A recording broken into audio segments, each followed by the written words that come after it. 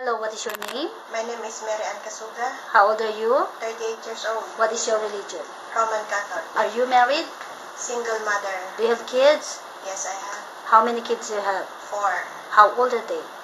19, 18, 16, and 8, Okay, so how long have you been working in Hong Kong? 11 months. Do you have any work experience in other countries? Yes, Where? Philippines. How many years there? 3 years, Okay, so how long have you been working with your current employer?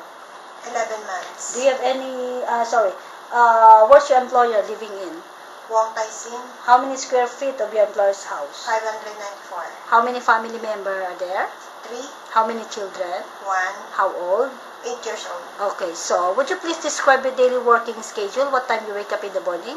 I wake up in the morning at 6 in the morning, prepare their breakfast, prepare the uniform, help the children to make the uniform, send to the school. After sending to the school, I go to market to buy the food and then go back home to make the household chores. And after making the household chores, cook for the son lunch and get him to the school.